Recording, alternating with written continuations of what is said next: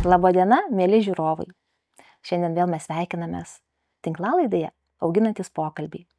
Šiandien mes susitinkame ypatingoje vietoje su ypatinga viešnia. Susitinkame Tenerifės lietuviškų knygų namuose su aktore, tinklaraštininkė, o taip pat Adomo mama, Toma Razmislavičiūtė. Labas, Toma. Labas, Irma. Sveika atvykusi. Labadiena visiems, ar labas vakaras, sakyt labadiena. Sveiki, tiesiog sveiki. Tiesiog sveiki. Na, Toma, kaip tu jautiesi čia? Taip toli nuo Lietuvos. 6000 kilometrų beveik. Jaučiuosi kaip namuose.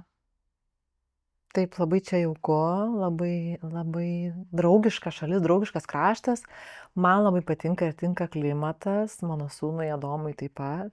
Tai mes, nežinau, turbūt nuo pirmos valandos, kada jau čia prisėdom ramiai balkone ir apsidairėm, kur mes čia įsikūrėm ir kur pabūsime. Kažkaip, man atrodo, be jokių klausimų buvo aišku, kad mes namie.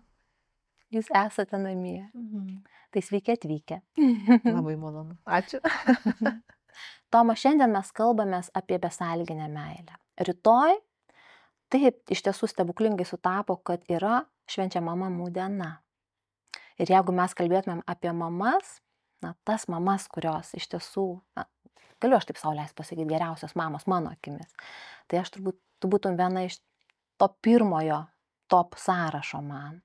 Ačiū labai, Irmutė, aš taip negalvoju, aišku, man čia gal per daug laurų, per daug garbės, bet taip, mamos vaidmenyje aš nekartą esu sakiusi, kad mamos vaidmenyje aš jaučiuosi labiausiai save atradusi, todėl kad, taip aplinkybės dėliojasi.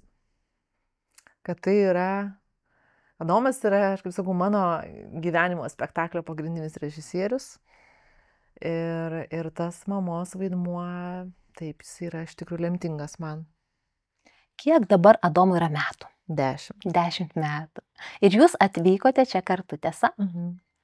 Ir tiesa, kad Adomui tai yra pirma kelionė tokia tolima. Antra. Mes keliavome į Italiją, kai jis buvo visai mažytis, tada jam buvo 3 metukai. Taip, o dabar čia tokia, nežinau, kiek atsimena tą kelionę į Italiją, bet aišku, viena, kad šios kelionės tai jis tikrai nepamirš. Kaip jaučiasi Adomas čia atvykęs? Labai iš tiesų įdomu, pasidalink. Aš manyčiau, kad Adomas jaučiasi labai gerai ir mums šita kelionė išėjo į naudą ta prasme, kad mes abu supratome, kad mums kartu keliauti labai tinka, nes mūsų kaip keliautojų norai yra labai panašus.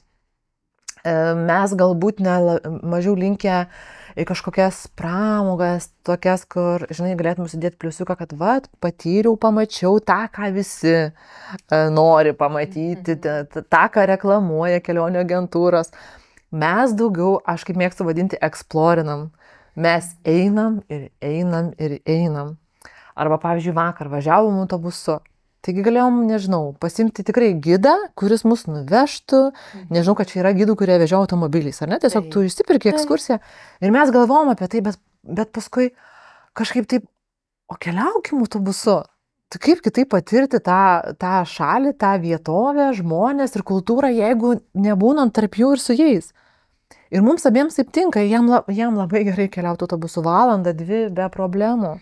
Jisai žiūri pro langus, stebi architektūrą ir jam visai neprailgsta. Ir va taip patirdama, tai stebėdama jį, aš supratau, kad kai mums gerai keliauti kartu, nes mes norim vienodų dalykų. Taip, norim gero oro, šilumos, norim žmonių, kurie mūsų nebadytų pirštais ir neuždavinėtų klausimų, kodėl jūs tokie esat. Nes pasakysiu, čia turbūt daug kas iš žmonių, kurie klausys mūsų pokalbį, nežino, kad Adomas turi autizmo spektro sutrikimą ir jis labai mažai kalba. Taigi, kol jo nepakalbinė, atrodo, kad jis yra vaikas kaip visi, tačiau jeigu jam pačiam iškyla kažkokių klausimų arba jeigu jį kažkas pradeda kalbinti, tada labai matosi, kad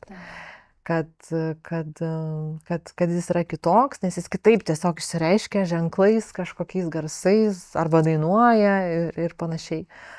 Tai va, tai šitoje saloje mums labai patinka tai, kad mūsų niekas neklausia, neklausinėja, kodėl mes tokie, kodėl jis toks, kodėl aš ten, pavyzdžiui, su juo elgiuosi galbūt kitaip negu šiaip mamos elgiasi su savo vaikais, kodėl jo netildau, pavyzdžiui, jeigu jisai dainuoja viešoje vietoje, nes aš žinau, kad jam taip reikia nusiraminti, ir daug kitų tokių niuansų, dėl kurių Lietuvoje aš dažnai jausdavausi nejaukiai. Čia aš nejaučiu, kad žmonėms kliūna. Va, tas mūsų kitoniškumas. Ir sakau, va, čia būdama pajutau Sodomų, kad mums ir keliauti labai gerai kartu, ir ši šalis mums abiems tinka, nes tinka žmonės, tinka oras, tinka vanduo, šiluma. Labai gera tai girdėti. Ir tavo akis iš tiesų, aš tiek klausausi ir aš atrodo, žinai, akis žyba, tu tokiai degusi, atsipalaidavusi, oda švyti. Aš iš tikrųjų taip ir jaučiuosi. Ir iš tikrųjų, žinau, kad pajutau, nežinau, dar kol kas neturiu atsakymo, kaip tai atsitiko, tačiau mane namuose labai dažnai kankindavo nemiga. Ir aš galvodavau, ar čia jau amžius. Lėtinis stresas gal, ar čia kažkaip gal maistas man netinka, bet, žinai, negali kiekvieną dieną maistas netikti. Ir aš įvairių savo klausimų keltų, kodėl aš nemiegu, kodėl man taip vis neramu, o čia aš atvažiavau ir nuo pat pirmos nakties miegu ir aš neturiu savo atsakymą, kodėl. Bet čia aš miegu, kol kas visas naktis miegojau, nors ir prisivalgau, ir keliaujam, ir to nerimo būna, todėl kad vakar iš viso buvo labai sunki diena, labai daug mes keliavom ir pasiklydom 2 kartus, bet grįžtu namo ir miegu. Ir miegi. Va, ir neturiu atsakymą, kodėl. Tai, kaip tada gali akis nešvytėti? Bet galbūt grįžkime į tą jūsų dar prieš kelionę, nes aš tikrai žinau, kad to streso buvo.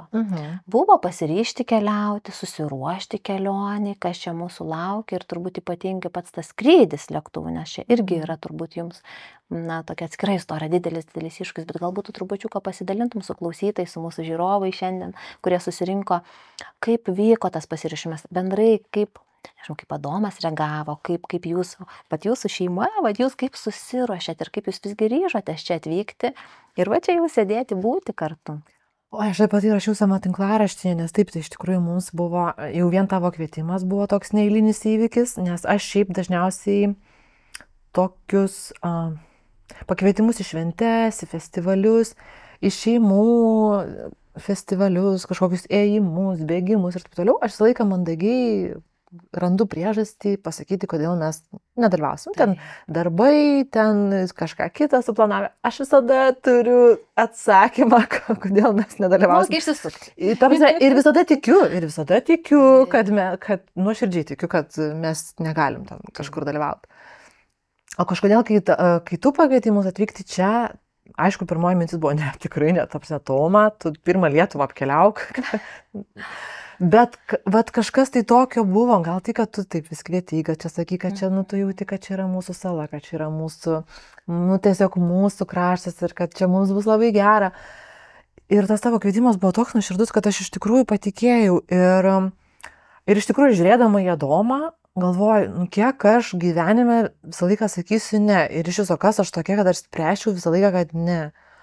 Gerai, mums kažkas nepavyks, gal mes net neiškeliausim, nes jisai bijo skraidyti, jis nenori skraidyti, gal jis tiesiog net neįlips į lėktuvą ir ties to mūsų kelionė baigsis.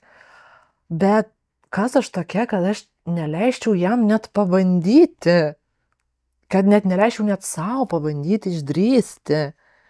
Taigi pabandyk, tada jau žinosi, kad ne. Ir va taip pati su savim, vesdama tokius vidinius dialogus, aš nusprendžiau, kad arba dabar, arba niekada. Ir taip savo tokį užsibrėžiau. Arba tai bus tikrai kelionė, kuri pakeis mūsų gyvenimą ir gal mes pradėsim taip keliauti abu. O gal tai bus kelionė, kuri mums labai kainuos daug, tokių ne. Ir mes suprasim, kad taip, mūsų gyvenimas yra mažytis, ribotas, namų teritorijoje. Ir kažkaip ten bandant, augti labai uždaram rate, tokiam, kokiam mes iš tikrųjų augam ir dabar. Ir matai, kaip viskas gavosi. Mes esam čia. Ir išvykti nenorim. Bet ne dėl to, kad bijom skrist, o todėl, kad tiesiog norisi dar. Tomute, bet aš žinau, kad buvo slenkstis ir tu buvai netgi tokią mintį išreiškus savo, kad aš nemėgstu keliauti. Ir tave paprotino tavo draugė, pasakiusi, kad o ką apie tai galvoja Domas. Taip, vat būtent sakau, aš tada žiūrėdama į jį ir galvoju, tarsi, kodėl aš sprendžiu? Kodėl aš sprendžiu už jį, Dieve, jam 10 metų. Ir jis tiek daug gyvenime mane nustebino. Domas apskritai yra patyręs tokių daug nelaimių. Ta prasme, ne tik dėl to, kad jis turi autizmą, bet šiaip, yra išsimušęs dantukus, jau tuos vaikas, kaip paauglys. Taip, tokių nelaimių, kurios bet kuriam vaikui būtų nelaimės. Skauda, ligoninė, trauma ir taip toliau. Ir aš, kai visą tai prisimenu, jo tą istoriją, jam tik 10 metų, bet jis jau tiek daug visko yra nugalėjęs. Jis tiek daug baimių yra nugalėjęs. Ir kai aš parašiau apie mūsų tą patirtį su lėktuvais savo tinklaraštyje, aš gavau labai daug žinučių iš mamų, kad vaikai bijo irgi ir skraidyti, ir važiuoti dviračiu, ir važiuoti mašiną, ir važiuoti autobusu. Ir aš daugelį mamų atrašau, žinokit, Adomas dantų šepetuko bijodavo, buvo laikas, kai jis bijojo dantų šepetuko. Ir aš dabar, kaip visą tą kelionę pažvelgiu atgal, nuo baimės dantų šepetukai, šiandien dieną jis atskrido į Tenerife. Tai ne taip, kad nugalėjo lėktuvo baimę, bet autistiškiams vaikams yra apskritai sunku ilgai, pavyzdžiui, 6 valandos lėktuvu, ką veikti. Tai yra labai sunku, o jis net ir tai nugalėjo. Jis ištvėrė tas 6 valandas ir ištvėrė labai, labai gražiai, labai kultūringai, nekeldamas jokių problemų. Tai aš kažkaip, taip, aš labai priimu tai kaip didelę pamoką, kaip didelę dovaną mums abiems. Nes jis, kai nugali tas baimės, jis labai pats suvokia viduje, kad tai yra didžiulis iššūkis. Ir tas jo suvokimas, kai jis nugali baimę, kai yra labai didelė jo baimė, jis labai nevaikiškai pats tai priima. Ir aš galvoju, kad tai turbūt yra daugelio žmonių, ne tik vaikų, bet ir vaikų, aišku, kurie turi kažkokias negalias, kažkokius sutrikimus, ką mes vadiname negaliomis, kažkokius, taip žiauriai pasakysiu, defektus, kas mums atrodo, kad defektai, tas žmogus tiesiog ribotas, net kažko negali. Ir kai tie žmonės, jie nugali peržengia tas savo ribas, baimės kažkokius arba negaliu, arba ne tau, jie iš tikrųjų labai labai džiaugiasi. Mes, žinai, kai kažko užsinorim, bet bijom, mes pasiimam ir, tai faina, aš pasiėmiau, aš galiu, aš savo parodžiu, kad aš galiu ir aš pasiėmiau. Autistiškų vaikų baimė yra daugiau. Tai yra daug daugiau negu šiaip baimė ir nerimas.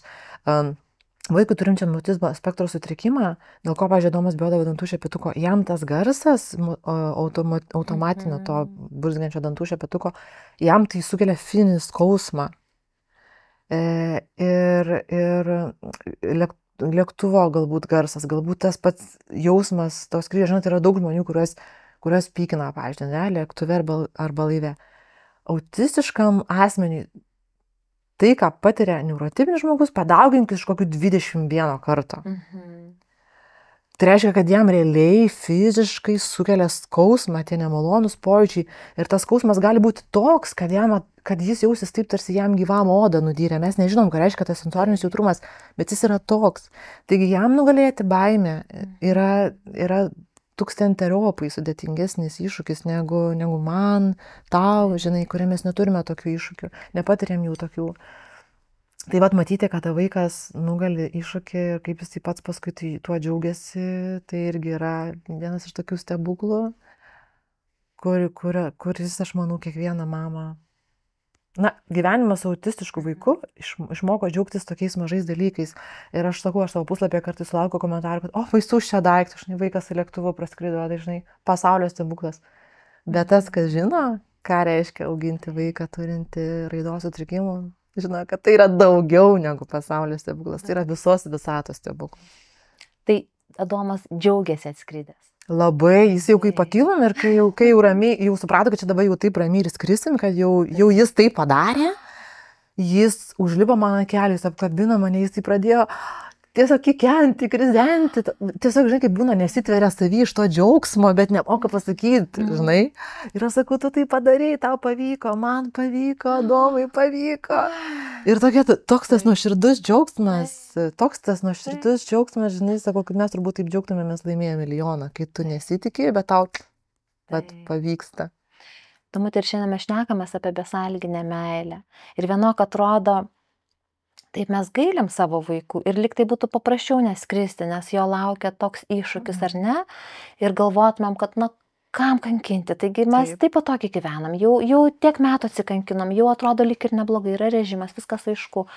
Ir tai, kad čia toksai iššūkis, kur net nežinai, kas laukia. Ir vis tiek ryštiesi, aš galvoju, žinai, pat ir kalbam apie tą meilę be sąlygų ir kaip taip ar ne palaikyti savo vaiką, nes tai tikrai nėra lengva, žinau, kad nėra.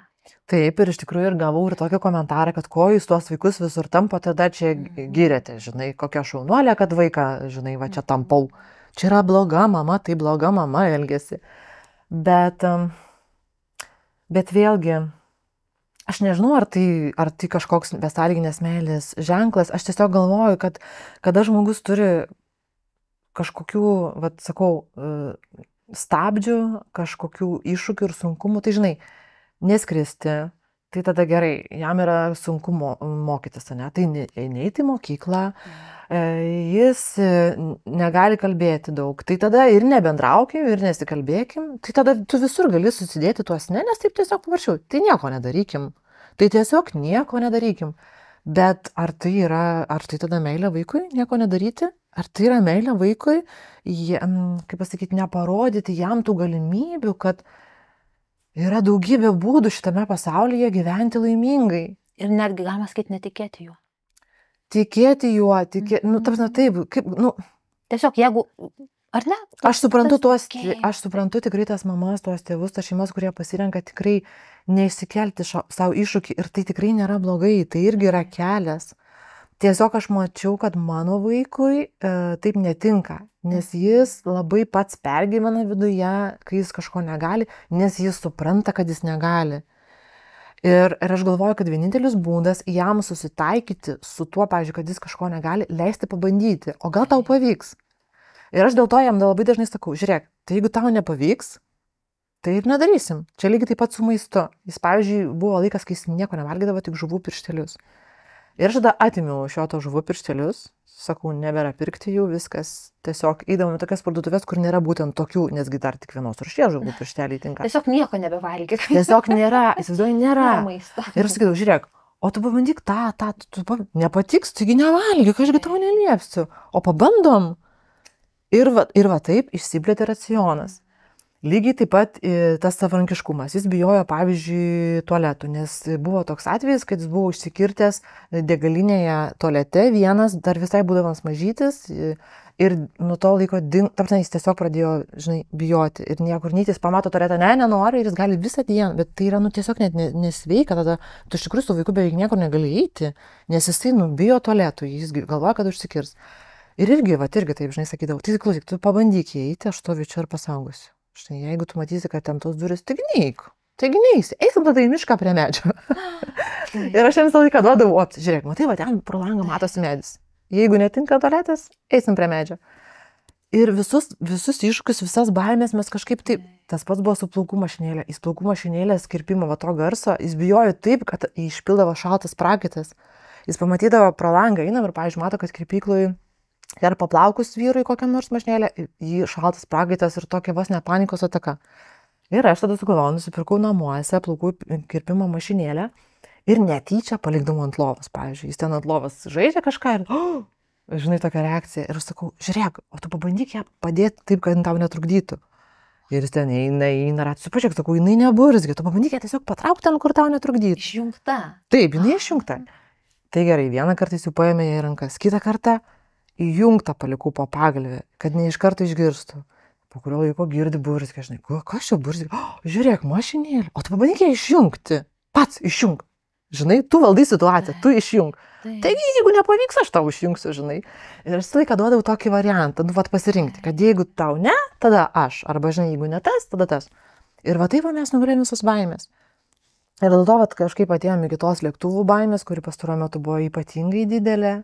Ir sakau, jisai pamatė pro langą lėktuvą, nebenoriu, apsigręžė ir jau viskas, jau keliaus jisai.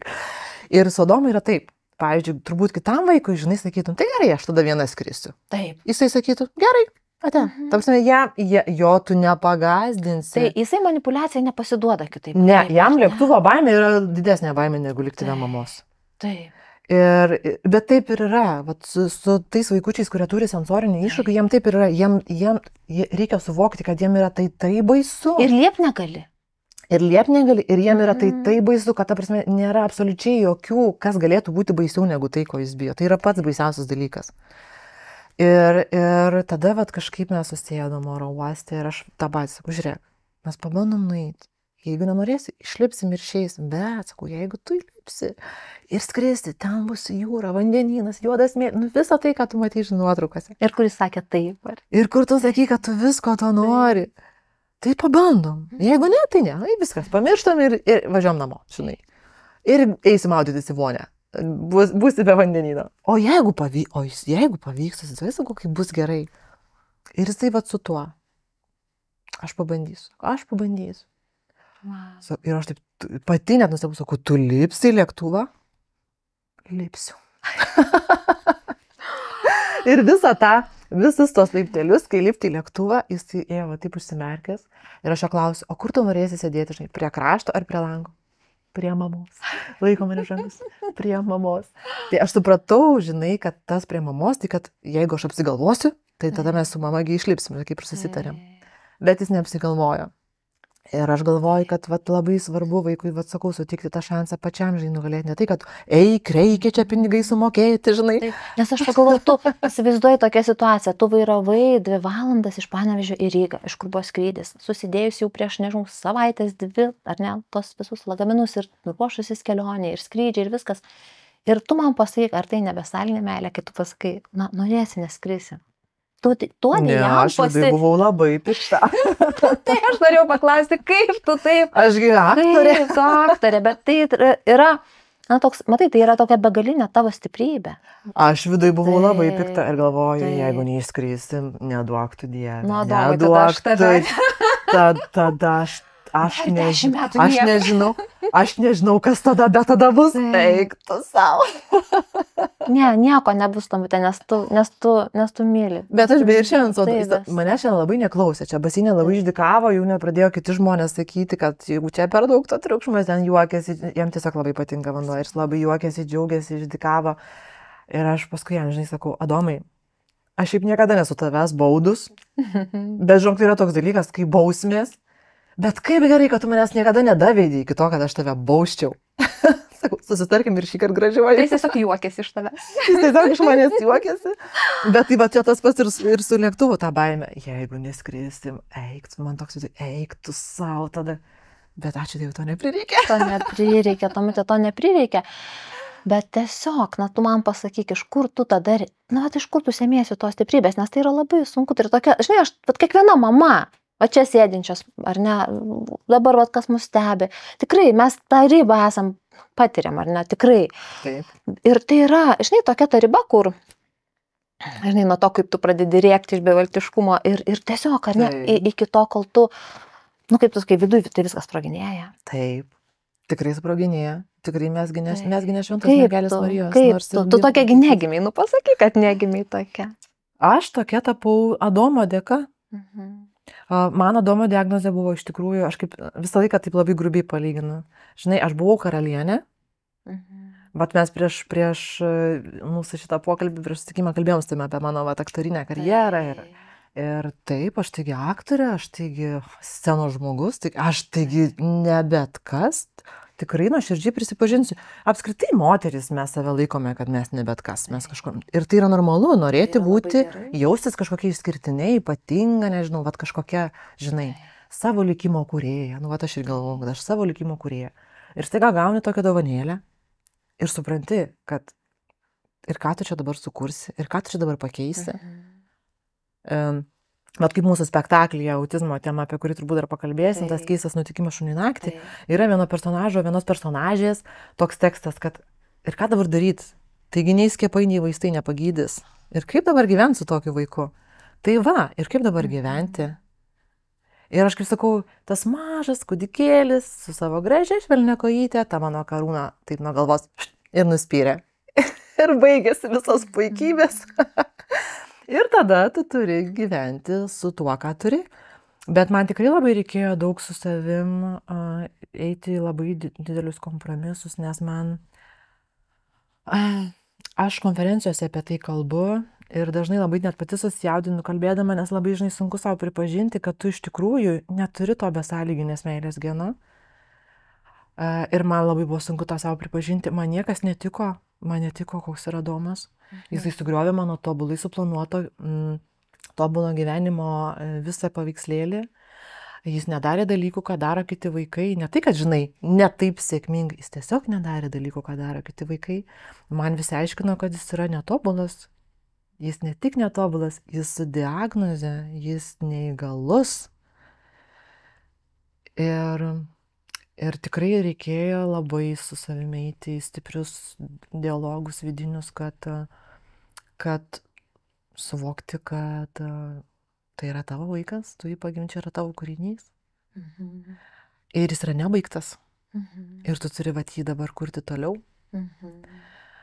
Ir tikrai buvo man, turbūt buvau visiškai emociniam dugne, kad aš supratau, kad arba man visai jau bus blogai, bet tada bus blogai visiems. Nes Adomas be mane, o kas jį? Žinai, jeigu ne aš, o kas tada? Ir tada supratau, kad bus blogai arba visiems, arba aš turiu kažką su tuo daryti. Ir tas kažką su tuo daryti, aš pradėjau tiesiog ieškoti alternatyvių būdų, ne medicinų, ne terapijų, bet aš supratau, kad mano širdis serga.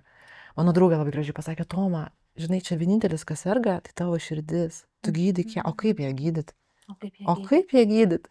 Ir aš pradėjau ieškoti, kaip sakau, mes važiuodami sanatorijas, reabilitacijas, ir aš ne į tas terapijas, ne į tas procedūras akcentuodavausi, o į tai, kaip mes kartu, ką tai duoda mums, mūsų santykiui, kad jį geriau pažinti, kad visi jo tie sensoriniai iššūkiai. Adomos, kada buvo 3 metukų, jis buvo pradėjęs save žaloti, beveik nieko nevalgyti, mane žaloti, nemiegoti, nei naktimis, nei dienomis. Žodžiu, buvo toks, sakau, arba visai dugnas, arba kažką reikės to daryti. Ir aš supratau, kad aš nebeturiu jo terapinti ir kažkaip keisti. Ir aš viską nutraukiau ir mes tiesiog gyvenam jo ritmu. Mes eidavom pasivaikščiot ir jis, pavyzdžiui, būdavo atsisėda į sniegą ir jis pusę valandos gali sėdėti sniegą ir taip tiesiog žiūrėti sniegą. Ir žinai, jeigu anksčiau sakydavau, einam, nesėdėk čia, ta prasme, mes niekur taip, mes ne tik į parduotuvę, taip, žinai, už 100 metrų ir mes iki jos nenuinam, nes jis tiesiog neina, jis sėda. Ir tu sėdė tada šalia. Ir anksčiau, žinai, būdavo, einam, taigi mums reikia, ten, žinai, arba ten paėmė ant rankų ir nešiesti, ten jį verkiant, rėkiant ir taip toliau. O mano terapija buvo tokia, kad, tu sėdi gerai ir aš sėdu šalia. Ir taip pat žaidžiu su sniegu. Ir sakau, žiūrėk, kaip byra. Žiūrėk dabar nusimk pirštinę. Ir žiūrėk, šalta. Žiūrėk, ištirpo šlapia. Ir jis taip išmoko jausti. Jis taip pradėjo kalbėti. Aš supratau, kad tai veikia, kada Adomas ryte iššokęs iš lovos, dar visai mažytis nieko nekalbėjo, iššoko iš lovos ir sako, šalta. Aš sakau, čia mano ta sniego terapija, žinai, jisai supranta, ką reiškia šalta. Tai tu galima sakyti tiesiog iš savo vidinio jausmo, tai pradėjo elgtis, taip? Aš manau, kad, žinai, sako, kad žmogus atsispirtų ir pradėtų kažką daryti, reikia pasiekti dugno. Aš manau, kad būtent nuo dugno, aš atsispyriau nuo dugno, kada jau nebežinojau, ką daryti. Aš supratau, kad tiesiog reikia plaukti, kažkaip tai plaukti, taip kaip yra, gyventi su to, kas yra. Ir mes taip gyvenom kokius gerų pusę metų, kai aš absoliučiai neturėjau jokių lūkesčių Adomą. Ir aš kiekvieną dieną, žinai, savęs klausdavau, ar aš myliu jį tokį, koks jis yra. Nes jeigu man kažkas netinka, tai yra mano problema, ne jo. Ta prasme, aš matau jame autizmą, ne jis. Ir aš kiekvieną dieną taip dirbau su savim. Ir aš taip, žinai, savo sakydavau, kol aš nenusiraminsiu ir kol nepradėsiu adekvačiai vertinti, kad jis neturi problemų, problemos yra manyje. Tol aš nieko iš jo neturiu. Aš neturiu teisės iš jo reikalauti, pavyzdžiui, kažką mokytis, žinai, būti kaip visi, kol aš pati nesuvoksiu, kad aš pati ne kaip visi. Man pačiai, žinai, yra kukų. Man kukų, kitiem viskas gerai. Ir sakau, kokius pusę metų, kol aš supratau, kad viskas, aš jau laisva, aš jau atsipalaidavus, aš jau nebeverkiu. Man jau ten kas nors pasako, žinot, jis to nemoka. Nemoka, pasimokysim, ačiū, kad pranešėt, žinai. Ir kai va taip pradėjau reaguoti, aš supratau, kad dabar mes pasiryžę terapintis, ten taikyti visokias ten, žinai, tas Montessori, nu, žodžiu, ten jau visi kiti tai dalykai, kas jau eina prie tos profesionalios pagalbos. Tai galima sakyti, Adomas nepasikeitė, bet pasikeitė. Tai. Pasikeitė tu. Ir mane labai sujaudino, aš perskaičiau tavo vieną frazę ir niekada jos taip ir nepamiršau. Tu pasakei, ko neišmelsiu, tą išmylėsiu. Taip. Ir prašau, kiekvieną kartą, kai aš tą prisimenu, man tiesiog kaupėsi ašaros, aš galvoju, na tiesiog. Taip, nes aš melsdavau, aš išvesdavau Domą į darželį, jis labai trumpai būdavo darželyje ir labai vargdavo ten, bet aš jau pajutau, kad aš tiesiog, žinai, turiu pabūti viena, nes kitaip išprotėsiu. Ir, žinai, nuvedu į darželį, grįžtam, ir ką man dabar veikti? Ką man veikti? Ašgi žinau, kad ten vaikas verkia, aš noriu kuo greičiau pasimti, ir galvoju, ką man to reikia laiko? Tai ką, melstis. Žinai, Dieve, jūs man kažkokį ženklą, kaip aš galėčiau padėti savo vaikui. Ir aš paskui save pati pagavau, ta prasme, aš meldžiuosi Dievo, kad jis pakeistų mano vaiką, kurį aš meldžiau, kad jis man leistų pagimdyti. Ir aš suvokiu, koks yra absurdas. Sakau, nu vėl, žinai, gal Toma, tau kuku. Taip norėjai, sūnaus gavai ir dabar, o Dieve, duok man jį kitokį. Nu, ta prasme, pati suvokiu, koks yra absurdas melsti Dievo ženklą, kad pakeis savo vaiką. Tu girdi, koks yra absurdas? Aš girdžiu tą moterį, nes aš žinau, Adomas, jis jau gimė meilės dieną, jis gimė vasario 14. Taip, žinai. Jisai gimė. Ir sakau, ir tu, žinai, lauki to vaiko, o paskui pradedi melstis, žinai, kitokį tu man jį. Ir aš sakau, aš pati suvokiu, ta prasme, kad tai yra, žinai, galvoju, aš kada nors galėsiu jam prisipažinti, kad aš melsdavausi, kad Dievas man padėtų pakeisti, aš galvoju, ne, negalėsiu. Tai reiškia, aš turiu išmylėti, o ne išmelsti. Tas, komon, ta prasme, taigi čia man problemas, gi ne jam. Ir vat, sakau, man tos maldos mano gavas, žinai, tokios kaip meditacijos, kaip mantros, ir iš to ir atsirado mano, kad ko aš neišmelsiu, aš to išmylėsiu. Aš galiu Dievo prašyti tik vieno dalyko. Man sutik smegenų, kad aš suvokčiau, nes tam vaikeliui viskas gerai, jis gimė tobulas, būtent toks, kokį norėjau.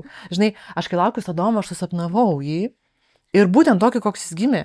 Ir kai jis gimė, aš taip ir pasakiau, tai jis būtent toks, kokį aš čia sapnavau, žinai. Ir staiga, praeina metai, vaikas gauna ten, žinai, paskui diagnozę ir oi, ne, iš tikrųjų ne toks, kaip norėjau. Nu, žinai, sakau, tada tai moterė, tu su savim kalbėk, kas tau darosi.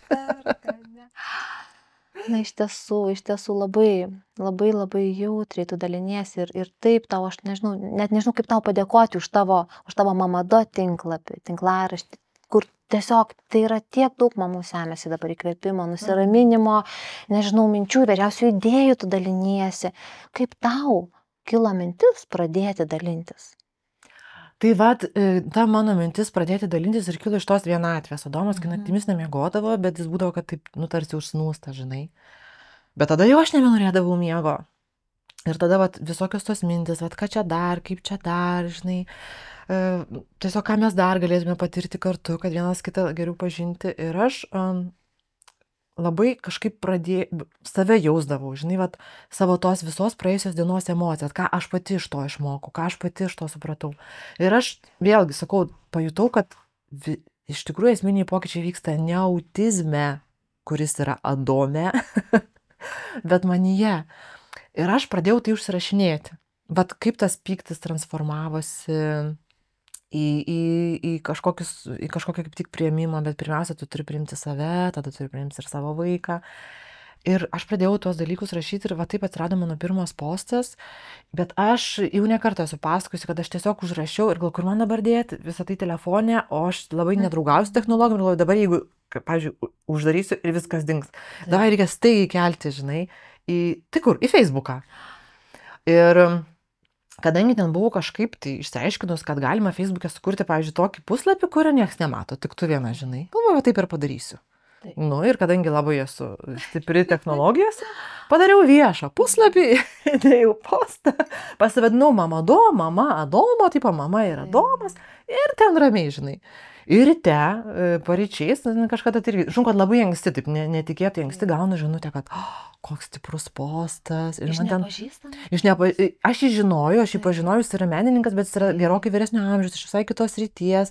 Ir matyt, dėl to jis pamatė tą mano postą, nes jis yra šiaip mano Facebooko drauguos ir matyt, jam parodė, kad čia Toma kažkur kažką aš nežinau kokiu būdu, bet aš gavau šio laišką, kad koks stiprus postas, Toma, tu turi rašyti. Mane labai, kaip tu mastai giliai. Žinai, ir tipo, tu rašyk, o mes skaitysim, žinai, dar taip.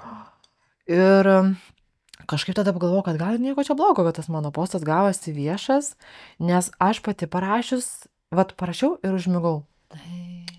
Kažkaip jaučiausi tarsi išleidus iš savęs kažkokią emociją, kuri man neleidžia gal miegoti, žinai. Ir tai iš tikrųjų, sakau, ta pradžia buvo tarsi savo, kaip dienoraščio rašymas, bet ne į lapą, o kažkodėl telefone. Todėl sėdėdavau su telefonu prie Adomo, žinai. Taip. Ir tai buvo tiesiog visą laiką po ranka. Ir va taip gimė tas mano tinklaraštis. Ir iš tikrųjų manęs ir dabar dar kartais klausia, pavyzdžiui, žurnalistai, kodėl tu tai rašai, žinai. Kartais būna klausia šiaip žmonės, o tu žiūri laikus, o tu žiūri komentarus. Jeigu visai nuoširdžiai, nežiūriu. Bet kartais būna, kad koks nors komentaras, ten tiesiog, žinai, įkrenta pranešimas, kad atėjo komentaras ir tu tiesiog jį perskaitai, nes tai būna kažkas, kas tau duoda minčių dar toliau, duoda palaikymą, kad reikia ir toliau, žinai, rašyti, nes aišku, ten tos visos širdutės laikai, aišku, jie yra svarbu, nes tada tu matai, kiek žmonių apskritai, žinai, tu pasieki.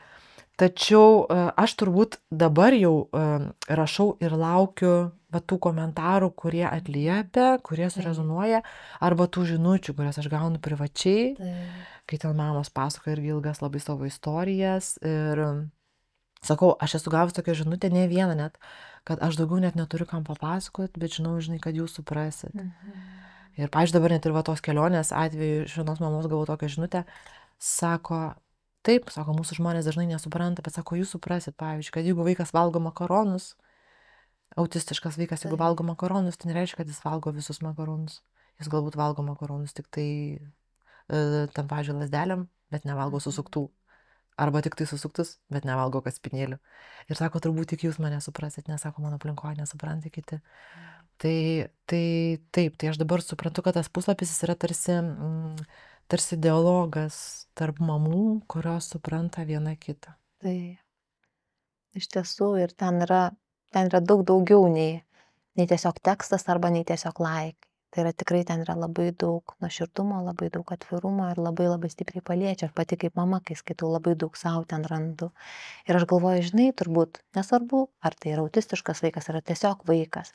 Bet kaip tos mamos ar ne, žiūrinčios į savo vaikus, kaip jos jaučia, jeigu tu netgi taip gali suvokti, kokį makaroną mėgsta. Aš manau, kad ir kiekvienas mes, ar ne, tik tiek, kad mes galbūt taip nesusimąstum ir apskritai, ką tu čia įsidibinėjai.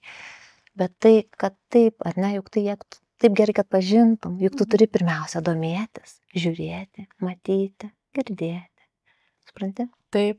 Ir aš manau, žinai, kad tas puslapis mano ir apskritai ta tema, kad aš labai džiaugiuosi, kad mes apskritai dabar daugiau kalbame apie neuroįvairovę, apie žmonės, kurie apskritai turi tų, na taip pasakym, kitoniškumų, kažkokių savo ypatumų. Todėl, kad tai yra visų pirma naudinga, vat kaip man yra, kaip mamai augimą, aš užaugau kaip asmenybė Adomo dėka, tai lygiai taip pat aš galvoju, kad yra labai naudinga kitiems žmonėms. Pažinti tuos žmonės, kurie patiria iššūkių ir kaip jie su jais susitvarko. Ir aš tikrai labai dėl to vertinu, kad tikrai tarp mano puslapio sekėjų yra labai nemažai pedagogų, kad mane dažnai kviečia Lietuvoje į mokyklas, į švietimo skyrius, kur susirenka švietimo įstaigų vadovai ir manęs prašo pasidalinti savo istoriją. Nes kol Adomas buvo mažas, buvo vieni dalykai, žinai, aktualūs, ten daugiau tas santykis, tas ryšys su mama, tą saugumo jausmo jo užauginti. Kada prasidėjo darželis ir mokykla, visai kiti dalykai, tada jau priėmimas visuomenės ir tikrai buvo labai skaudžių dalykų, kai tu matai, kad tiesiog tavo vaiko niekur nenori. Ir tada tu vėl iš naujo su savim turi dylint, kad tu augini vaiką, kurio niekas nenori. Ir žinai, ir man irgi buvo dar, kaip sakau, dar toks buvo antras galbūt toks biškutį atkritis į tą liūdesio ir depresijos būseną, kai aš suvokiau, kad, žinai, Visi, oi, kokia tu faina, kaip jūs čia gražiai dalinate, kaip jūs gražiai gyvenat, bet realiai niekas nenorėtų būti mano vietoje. Niekas nenorėtų auginti mano vaiko, niekas nenorėtų tokio vaiko, niekas nenorėtų tokios istorijos. Kitaip tariant, tau niekas nepavydė. Tai va, ir kai tu suvoki tą, kad žinai, kol jūs ten savo pasaulėlyje gražiai gyvenat, viskas gerai. Bet mes tai žinai. Bet kai tą supratau, kad man reikės dabar kažkokią tai komunikaciją pasitelkti, o kaipgi tą mano vaiką į pasaulį išleisti, į mokyklą, į būrelius, į keliones ir panašiai. Va čia mano puslapis turbūt pasitarnavo labiausiai, nes tikrai būdavo viduj, kai aš galvoju, palauktum, gal aš čia liguistai reaguoju, tu žinai, kodėl mane sužeidė tam tikros frazės, tam tikras elgesys, gal tai aš liguistai reaguoju, aš labai atvirai apie tai dalindavausi, nes aš tikrai galvoju, kad čia su manim turbūt kažkas negerai, kodėl aš įsižeidinėjau. Nu, žinai, pamanyk, tik pasakė, kad čia, žinai, toks anoks, arba ten nenorim, arba čia ne jums. Ta prasme, gal aš tiesiog, čia, žinai, čia mano problema. Ir kai aš pradėjau apie tai rašyti, aš labai daug sulaukiau laiškų, kad žmonės patiria, tai dar čia tai, ką mes patyrėm, dar čia nieko. Labai didelį atstumimą, labai didelę diskriminaciją, labai didelį tokį rūšiavimą. Ir taip, ir pavyzdžiui, ir ieškant mokyklos, taip, aš ne vieną kartą esu dalinusius, kad 15 mokyklų aš bandžiau pasiekti, bet pasiekiau tik 2, todėl kad kitos sakė, ne. Mes nenorim tokių vaikų, mes nepasiruošę. Mes tikimės, kad net nereikės. Netgi man pasakė taip šviesiai, taip, čia dabar yra tas įtraukiojo ugdymo projektas, bet mes tikimės, kad jis nesuveiks ir jo nebus. Ir tai sako man, mamai, kuri nori savo vaiką į mokyklą išleisti, tikisi, kad nereikės, žinai. Tai čia buvo dar kitas toks naujas man pačiai atradimas ir aš manau, kad būtent tuos klausimus apie priėmimą visuomenėje mes jau be viešų kalbų mes to jau nepasieksim, čia jau nebeužtenka namuose su savo vaikeliu pasėdėti ir pasimelsti. Čia jau reikia tikrai eiti, bendrauti ir parodyti žmonėms, pakviesti, juos pažinti. Vėlgi reikia drąsos. Taip. Kodėl žmonės bijo? Nes nepažįsta. Nepažįsta, jie nežino. Ir pasakyk, dabar Adomas mokosi 3 klasėje, tiesiog normalioje, paprastoje mokykloje, Panevėžio bendro ugdymo mokykloje. Ir jūs esate labai patenkinti abudu. Labai patenkinti, labai dėkingi mokyklai visų pirma, kad jie pasiryžo su mumis susipažinti. Kai susipažino, tada pasiryžo susidraugauti ir kai susidraugavo, tada pasiryžo mokyti Adomą. Nes šitie visi 3 žingsniai lemtingi. Ir aš galvoju, kad tas mokyklos bendruomenės pasiryžimas mus tiesiog leis mums pabandyti, kaip su tuo skrydžiu. Leiskit mums pabandyti. Taigi, jeigu nepavyks, mes išeisim, mes nebūsim ten, kur negera.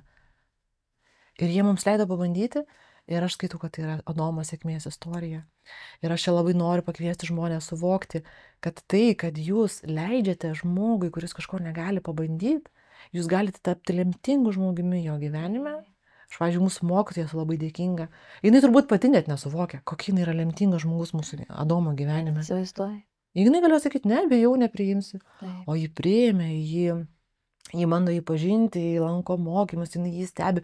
Jinai tiek daug dabar dalykų apie Adomą žino, kad jinai man jau papasakoja iš mokytojos pusės, žinai, ko aš, pavyzdžiui, ir aš jai sakau, jūs suprantat, sakau, mokytoja, kad jeigu ne jūs, aš tai ne mokytoja, aš tų dalykų net nežinočiau. Bet aš dabar žinau, nes jūs, kaip mokytoja, juos išmokote. Ir ta mokytoja, jinai jau besąlygiškai yra lemtingas žmogus mūsų gyvenime ir bus nors moko jį, žinai, ir mokys tik 4 metus. Ir aš žinau, kad jums išvykstant irgi mokytoja sakė, kad jinai tai apskritai neturi jokių abejonių. Adomas turi dar savo mokytoją, specialų pedagogą, kuris jam ruošia specialiai užduotis tuose dalykuose, kur jam reikia, kad būtų ten, kur reikia kalbėti, kad nereikėtų kalbėti. Tai jo, tas mokytojas, jisai tik tai 1 metus dabar dirba mūsų mokykloje ir iš pradžių aš žinau, kad jis labai jaudinas, jisai net mūsų draugų, mano draugų net klausinėjo apie Adomą, bet kaip jūs iš šono, ką galėtumėt man patarti, kaip, žinai, kaip su to vaiku užmėgsti ryšį. Aš žinau, kad jis labai jaudinosi ir tiesiog, kad rastų ryšį su juo. Paskui biškutį persistengė, jau Adomas jau pradėjo net šalintis, jau jam buvo net per daug, nes, kaip sakau, labai norėjo daug visko, o pavyzdžiui, nu, kaip žinai, mums tai faina, kai mums kažkas duoda visko daug, o vaikas jis yra toks, man nereikia tiek daug, man reikia tik tiek, kiek, čiagi mokykla, kamon, tu mokytojas, tu mane draugelis. Tai tada vėl tas mokytojas, žinai, jau, bet irgi, kaip sakau, bandė jį suprasti, pajusti ir labiškutė atsitraukė. Ir aš tą labai labai vertinu, kad jis pats ieškojo tų, žinai, o kas ne per daug, o kas ne per mažai. Ir va dabar jau mokslo metai į pabaigą ir mes su juo susitikom visai atsitiktinai, žinai, net nespecialiai, kad ir ten, nu tai geros kelionės, ten, žinai, viską. Ir aš sakau, aš taip jaunas. Sako, jūs bijot skrist? Ne, sakau, dėl Adomo. Jūs rimtai? Nu, jeigu rugsėjo mėnesį būtumėt pasakius, kad dėl Adomo jaudinatės, aš irgi dėl jo tikiu, tada būčiau patikėjęs ir būčiau sakęs, jo, aš irgi jaunas, bet dabar, kai aš jau Adomą pažįstu, dėl Adomo, dėl jo aš mažiausiai pergyvenčiau, sako. O jūs mama, jūs iš vis mama, ko jums pergyvent? Jūs man va taip. Jo, ir tada man kaip, o tai buvo para iki skrydžio.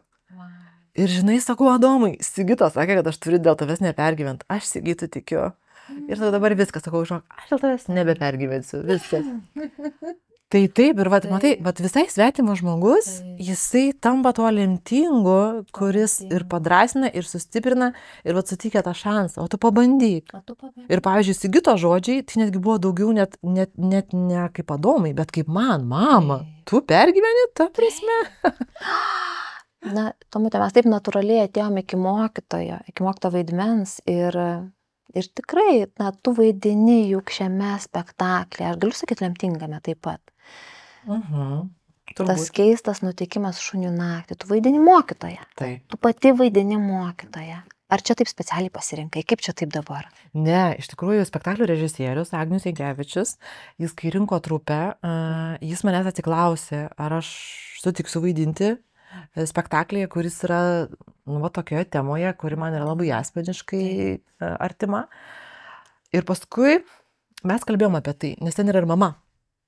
Yra mama ir yra mokytoja. Ir mes kalbėjom su juo apie tai. Jeigu aš vaidinčiau mamą, tai turbūt būtų taip įdomus, labai jautrus, labai stiprus vaidmuo. Nes tai būtų labai tikra. Bet ar tai man kaip aktoriai būtų naudinga ir apskritai, kadangi aktoriaus profesija, vis tiek aktorius su kiekvienu vaidmeniu auga. Mes nevaidinam savęs. Teatras tai nėra biografija, tai nėra, bet labai gražiai Agnius turi savo tokią labai mėgstamą frazę, kad teatras nėra asmeninė psichoterapija. Tu čia ateini ne save kažkaip ten, žinai, rakinėti, o tiesiog kurti kūrinį, kurti meną. Ir tiesiog mes abu taip nusprendėm, kad visapusiškai naudinga būtų imtis man mokytojos vaidmens, nes aš kartu ir kaip aktorė gilinčiausi į visai kitą pusę. O tuo metu, kai mes statėm tą spektaklį, galvoju, Adomas, buvo jo pradžia tik tai mokykloje, žinai, kai mes kalbėjom apie tai. Ir man ta mokytoja tema buvo tokia, žinai, aš buvau tiek daug išgirdus, ne? Ir tą vieną taip. Tu jų taip nemėgai. Kad man tas tema tokia, aš norėčiau, žinai, vat panalizuoti mokytoją, vat ką jinai gali duoti. Ir man buvo įdomu pačiai panalizuoti ir patirinėti iš tos pusės. Ir kita vertus, vėl mes labai daug, aš manau, kad ir kolektyvui buvo naudinga turėti mane toje trupėje, todėl kad mes tikrai labai daug apskritai pasigilinome autizmo temą. Iš mano patirties, iš šeimų, kurias pažįstu patirties, nes vėlgi autizmo atvejis yra vienas autizmo atvejis, kiekvienas autizmo atvejis yra labai labai skirtingi, o aš vis tiek turiu nemažai tų pažįstamų ir dar Panevėžyje turiu neurotreniruočių studiją, kur pas mane ateina vaikučiai su įvairiais sutrikimais, tai dar tas tokių patirčių ratas pas mane tikrai yra platus. Tai aš tikrai turiu ką papasakoti, turiu ką pasidalinti ir manau, kad tai buvo visiems labai naudinga. Tu buvai tiesiog savotiškai jūsų trupės, na, nežinau, informatorė, taip, švietėja. Galima galbūt ir taip pasakyti. O kas buvo svarbiausia, kuo tu dalinaisi? Tu dalinaisi kažkokią bendrą informaciją apie autizmą ir autistiškus žmonės, ar tu daugiau pasakoji apie vidinius kažkokius išgyvenimus, pasaulį, jausmus galbūt? Aš iš tikrųjų tikrai nuoširdžiai labai dalinuosi savo požiūrį į autizmą. Ir dabar papasakosiu vieną istoriją, kurią papasakau aktoriams ir mes visi, aš tikiuosi niekas nesižeis, mes visi labai juokėmės. Aš jau kai buvau išbridus iš savo, kaip sakau, to juodojo periodo, mes su Adomu keliavome ekskursiją į Žirgyną, ten Adomas sėdinėjo poniais ir taip toliau. Ir aš tam tolumoje matau, kaip kalbasi dvi moterys ir viena iš jų rodo į mane. Žodžiu, tą kitą moterį siunčia pas mane. Nu ir aš matau, kad jau moteris pas mane ateis, kažką ten pasišnekėti ir aš jos taip sulaukiu ir jis sako, man nurodė kreiptis į jūs. Sakau, taip, aš jūsų klausau. Ir jinai pradėjo verkti. Jinai stovi man ir verkia. Ir jinai sako, mano vaikas, žodžiu, turi raidos sutrikimą, jam įtarė autizmą. Aš nebežinau, kur dėtis, aš tokia nelaimė. Ir jinai taip nuoširdžiai verkia, pasikūpsnimo tos ašaros, viską. O aš tiesiog stoviu ir ją klausau. O tas vaikelis laksto ten aplinkui, žaidžia su smėliu, visas toks laimingas. Ir sako, jūs man padėkit kom nors, sako, jūs man pasakykit, ką man su juo daryti, kaip man su juo gyventi. Ir aš joje pažinau save, ašgi tokia pat buvau. Tu pamatai kaip veidrodį, ar ne? Ir aš sakau, žiūrėkit, jūs dabar verkėt. Sakau, kruvinom ašarom verkėt. Taip, aš jaučiuosi, kaip palaidoju savo svajonę. Ir aš ją suprantu, nes aš buvau toj fazėj. Ir aš sakau, žiūrėkit, aš jūs suprantu, nes aš lygiai tą patį perėjau. Irgi laidau savo svajonę ir verkiau ir gėdėjau. O dabar žiūrėkit, sakau, jūs verkėt, o jūsų vaikas, sakau, matot. Džiaugiasi gyvenimu. Jis džiaugiasi, ten smėlį, ten arkliukai, poniai. Sakau, žiūrėkit dabar, kam problemos? Jam ar jums? Tai vat mano požiūris autizmo toks yra. Kam problemos? Jam ar mums? Tai vat aš, kai mes kūrėme spektaklį, labai norėjau apie tai ir pasidalinti su visais. Kad jeigu pažiūrėtume apskritai iš autistiško asmens perspektyvos, tai dar klausimas, kas labiau problematiškai, žinai, ar jie, ar mes.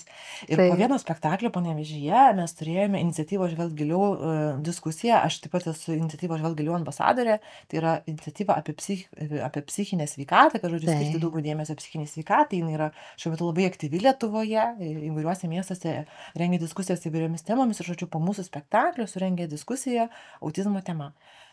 Ir vėlgi, kaip sakau, ten tarp žiūrovų buvo įvairių tokių, vienas labai įstrigo toks pasisakymas, kada brandaus amžiaus moteris, labai inteligentiška, labai nuoširdžiai, labai gražiai, kultūringai ir mandagiai, jokių būdų nenoriu pasakyti, kad ten buvo kažkoks išdimas ir sako, aš spektaklyje daug ko nesupratau, nes buvo daug triukšmo, daug garso.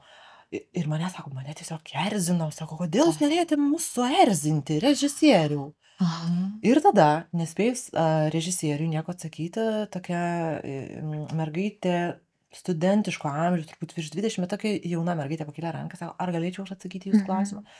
Ir atsistojo ir sako, aš pati esu autistiška ir sako, aš jums noriu dabar pasakyti, kaip aš supratau tą spektaklį. O aš būtent taip ir supratau. Vat taip, kas jūs erzino tame spektaklyje.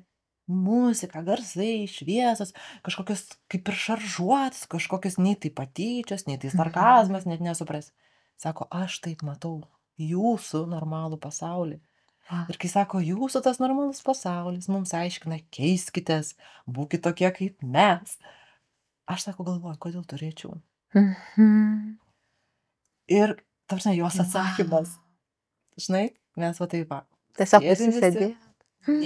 Aš nebūčiau geriau atsakius, nes ji, vat būtent žmogus iš spektro, aiškiausiai suprato, ką mes norim pasakyti. Žinai, tokį vat vertinimą. O ką tau pačiai davė tas vaidmuo? Mokytos Šivon, taip jos vardas. Aš labai myliu tą spektaklį ir labai jaučiu publiką visada, nes mes tą spektaklį vaidinam tokia gana, kai važinėjom gastrolės, tai aišku, tos salės būna įvairios, tačiau Panevėžyje mes vaidiname gana nedideliai, apie 150 turbūt būna salėje žmonių, nes tiesiog pasirinkom tokią vat auditoriją. Taip, kad tai būtų šiek tiek labiau kamerinis tas kontaktas su žiūrovu. Dėl to aš labai jaučiu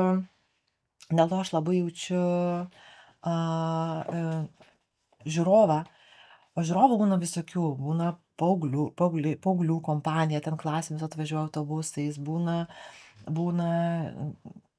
pedagogų, tiesiog, būna, žinai, tokiais, kad didelė koncentruota dalis, kažkokios vienos ryties žmonių, taip pasakykime. Taip. Ir aš labai jaučiu tas reakcijas, labai jaučiu tas emocijas ir jos mane veikia. Taip. Ir aš kartu susipažįstu irgi su tuo, o kaip visuomenė, o kaip įvairių amžių, įvairių profesijų žmonės žiūri tą temą. Taip. Ir negaliu sakyti, kad man visada tai labai patinka, negaliu sakyti, kad mane tai visą laiką maloniai nuteikia, bet didžiąją dalį spektaklių vis tik tai pabaigoje aš jaučiu, kad mes susikalbėjom ir tai yra labai svarbu. Tai man tas spektaklis tą ir duoda tokį sakyčiau, netgi tiesioginį dialogą su žmonėmis. Nežinai, ašgi negaliu prie kiekvieno prieiti ir kalbėtis. Vis tiek lauki klausimų, lauki, kad kažkas paklaustų, o žmonės neklausia. Negi neprieis ir nepaklaus. Jie dažniausiai vertina tai, ką pamato. Ir atėjai spektaklį, jie vertino. Ir tada iš to vertinimo, žinai, tu supranti, kad tame žmoguje kažkas įvyko. Jis galbūt atėjo su viena nuostata, arba pradėjo žiūrėti su viena nuostata, o paskui kažkas pasikeitė. Ar galima ateiti ir yra repertuare, galima pamatyti spektaklį teatre dabar? Tai yra iš tikrųjų nelankoma, gana sunku iš tikrųjų gauti bilietų.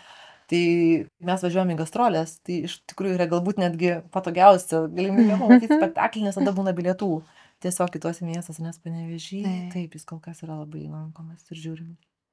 Labai šaunu, mes tikrai svajojom čia vieną dieną galbūt pamatyti spektaklį ir patirti. Tai tau labai dėkui, kad tu taip pasidalinai ir, iš tiesų, toks, man tai atrodo, man galbūt iš šono taip stebint, kad kaip stebuklas, kad pats tas vaidmuo atrodo susirado, ir kaip tu sakai, pasirinkai sąmoningai ne mamą vaidinti to mokytojo, ar ne, tarytum visiškai, įsikūnyti net, žinai, ir... Aš galvoju, kad tas vaidmuo iš tikrųjų mane susirado, tu labai gražiai pasakei. Aš apskritai galvoju, kad per Adomą mūsų gyvenime atsirado labai daug lemtingų žmonių, lemtingų susitikimų ir lemtingų istorijų. Vat ką ir pasakoju apie mokyklą, apie mokytoją.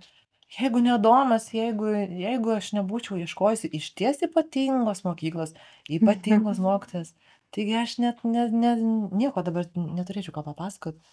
Lygiai taip pat ir spektaklis, lygiai taip pat ir tas vaidmuo. Tai jeigu ne Adomas, tai man tai būtų tik dar vienas iš mano vaidmenų. Taip. Žinai? Tai aš galvoju, kad taip, šitie dalykai neatsitiktinai. Ir juk tu netgi šiais metais buvai apdovanota. Tu laimėjai nominaciją geriausios aktorės, būtent už šitą vaidmenį. Aš labai tave nuoširdžiai noriu pasveikinti. Ačiū. Man labai gera, aš labai, tikrai neslėpsiu, irgi balsavau už tave, nes man labai yra stipru ir nuoširdu tavo visas šitas kelias. Labai nuoširdu, mane tikrai labai nuoširdžiai palieti. Labai tau Aš iš tikrųjų džiaugiuosi, kad mūsų šitas spektaklis apskritai sulaukia labai daug dėmesio. Aš niekada per visus beveik 20 metų savo teatre, aš nesu niekada tiek dalinus interviu žurnalams, radijui, televizijai. Niekada nėra tiek kritikų rašę konkrečiai apie mano vaidmenį. Ir apie temą, būtent, nes dažniausiai kritikai rašo apie spektaklį. O kad pasigilinti į autizmo temą, ir man labai patiko, viena kritikė net parašė taip, aš sako, šiaip niekada nesigilinu, pavyzdžiui, į aktoriaus istoriją asmeninę, nes tai nedomina. Bet sako, Razmuslavičiūtė, aš pasigilinu į asmeninę istoriją, sako, kažkodėl, bet sako, būtent šita tema, autizmo tema, ir kad jie nagrinėja, mane, sako, sudomino pasigilinti, ir tada jinai sužinojo, kad ten yra Adomo istorija ir taip toliau. Ir man yra labai smagu, iš tikrųjų, kad vadinasi, mes tikrai,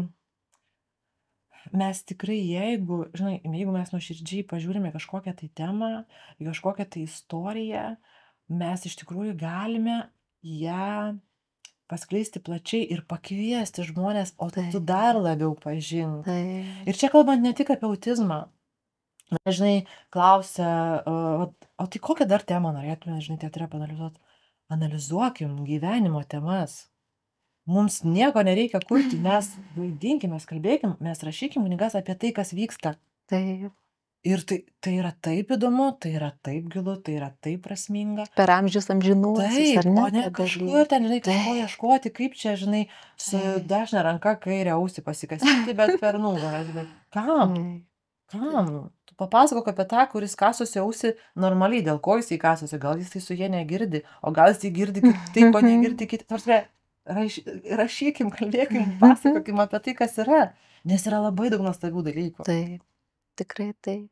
Na, o šiandien, jeigu mes dar sugrįžtumėm į tą mūsų mamų dieną, į mamos vaidmenį, galbūt tu galėtum pasidalinti, na, nežinau, iš širdies į širdį toms mamoms, kurios klauso dabar tavęs. Nežinau, ne tai, kad patarimais, bet tiesiog, ką tu vat joms dar norėtum pasakyti šiandien. Ką aš norėčiau pasakyti dar šiandien, kad mama, žinai, yra nebūtinai mamos statusą, nežinau, mamos širdį, gal taip pasakysiu, apsprendžia ne vaikų kiekis, ne biologinių vaikų skaičius, ne tai, kaip tu daug į savo vaiką investuoji laiko, pinigų, resursų, svajonių, nežinau, savęs, kiek, žinai, atiduoti ir aukoji. Aš žinau mamų, kurios pačios niekada nėra gimdžiusios, nors labai norėtų, bet tiesiog taip susiklostė gamtoje, gamta taip tiesiog davė ar nedavė, žinai, čia dar sunku pasakyti. Joms nedavė, bet galbūt vaikučiams, kuriuos jos augina, tai dovana. Ir man tas vat žodis mama, žinai, tik 4 raidės ir 2 po 2, atrodo. Taip, Toks lengvas žodis. Kodėl toks lengvas? Tam, kad taip lengva būtų pasakyti? taip, Gal. Bet iš tikrųjų, nežinau, man vat ta tema mamos, man yra tokia visiškai neišbaigta, tokia visiškai kosminė, tarp planetinė, tarp gyvenimiška.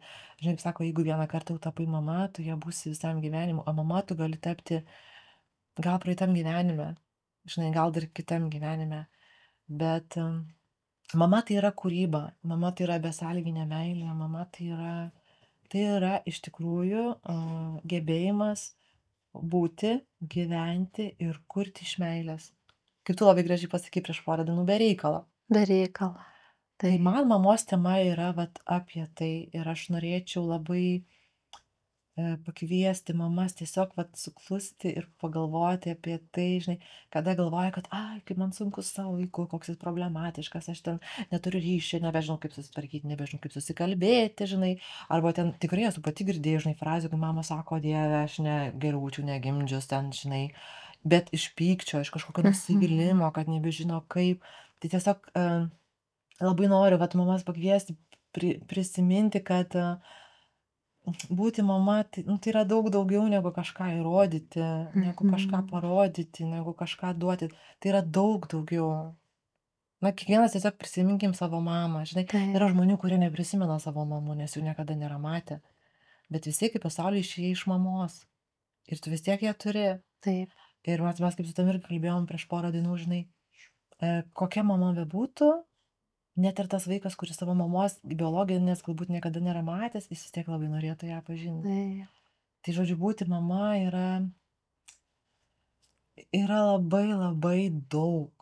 Ir aš labai noriu, sakau, mamoms priminti, nesusimenkinkite, galvokit, kad jūs kažko negalit, neturit, nedavėt, nepajėgėt, nežinot kaip, nesusimenkinkit. Jau vien tai, kad tu širdyje jautiesi mama, Taip. tai jau yra labai daug, nes tas jausmas jis tiesiog yra. Taip. Žinai, jis tiesiog yra. Jis tiesiog yra. Ir jis yra labai svarbus, daug svarbesnis negu mūsų visi proto žaidimai ir pasilyginimai, kas ką turi, kas ką padarė, o kas ko nepajėgė padaryti. Dėkui tau labai, Tamute, labai labai tau dėkui. Ir už tai, kad atvykote čia, su Adomu, išdrįsote. Tiesiog mums visiems įrodėte, kad tai yra įmanoma ir kad tai toksai stebuklas. Už tai, kad atvykome čia, ačiū tau, nes tu mus pakvietėjai. Ačiū tau. Tas stebuklas yra tavo sukurtas. Taip. Dėkui labai labai. Ir ką, tai jums dar labai labai gero čia pasibuvimo. Ačiū. O mūsų žiūrovams iki kitų susitikimų. Dėkui, kad jūs žiūrėjote. Visą geriausią. Iki. Iki.